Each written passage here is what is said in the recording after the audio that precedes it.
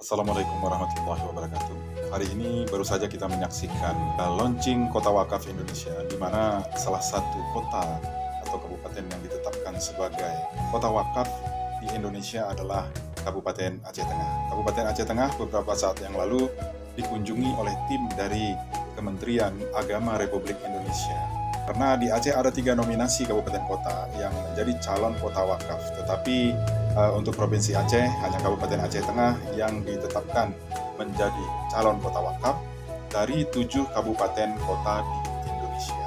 Dan alhamdulillah hari ini kita baru saja menyaksikan Wakil Menteri Agama menetapkan dan kemudian melakukan launching bahwa Kabupaten Aceh Tengah ditetapkan menjadi salah satu dari 6 kabupaten kota yang menjadi kota wakaf.